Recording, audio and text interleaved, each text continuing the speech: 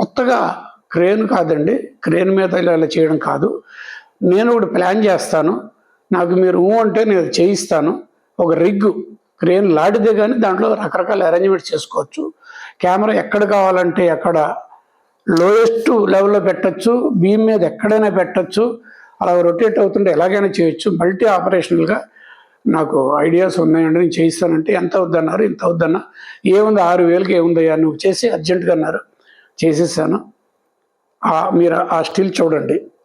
ఆ రోజుల్లో ఉన్న కెమెరాలకి అంటే కెమెరామెన్ చూసి దాన్ని పెరిస్కోప్ అంటారు, వ్యూ ఫైండర్ ఉంటుంది కదా, దాంట్లో చూసి మేము షూట్ చేస్తాం కదా, అది అడ్జస్ట్మెంట్ ఉండేది కాదు అప్పుడులో, ఫిక్స్డ్ అనమాట దానికి. దాంట్లోంచి మేము హైట్ వేసుకుని హైట్ కిందకి డౌన్ చేయాలంటే పైకి ఇలా చూడాలి, కిందన చూడాలంటే ఇలా చూడాలి, అలా చేసేవాడు అనమాట. మరి ఇలాంటి టిపికల్ కష్టమైన సాంగు చేయడానికి నేను చేసిన ఆ రిగ్గు, ఆ సైకిల్ సాంగ్కి విపరీతంగా అడ్వాంటేజ్ అయింది. దాని మీద నుంచి మ్యాజిక్లు చేసి దాని మించి ఆ సాంగ్లో ఏంటంటే స్పోక్స్ కిందకి నేను తలకిందులుగా పడుకుంటే, మిగిలిన వాళ్ళు నన్ను బాడీని అలా పట్టుకుంటే, కెమెరాని నేను గ్రౌండ్ లెవెల్ ఆల్మోస్ట్ చేతికి మట్టి తగులుతూ ఉండేది అనమాట. అలాగే కెమెరా పడి, ఎందుకంటే అడ్జస్ట్మెంట్ లేదు, నేనే అక్కడ కిందకి వెళ్ళాలి, దాంట్లో చూడాలి.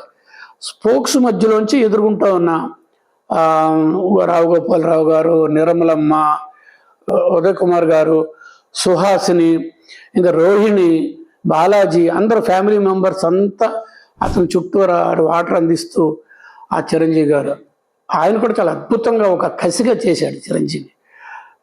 Day by day hour by hour అతను ఆ స్ట్రెంత్ పోగొట్టుకుంటూ అతి కష్టం మీద నీరసపడిపోతూ ఎప్పుడు ఆగిపోతాడు ఏంటో అన్నట్టుగా చాలా బాగా ఎడిటింగ్ బాగుంటుంది.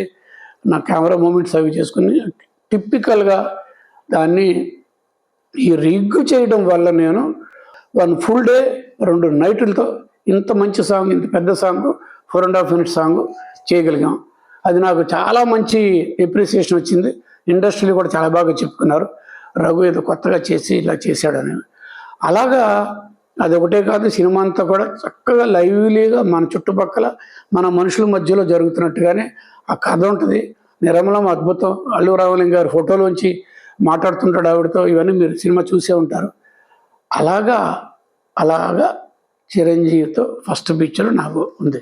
అయితే చిరంజీవితో అంతకు ముందే నాకు పరిచయం ఉంది, అది నేను నెక్స్ట్ ఎపిసోడ్లో చెప్తాను. నమస్కారం.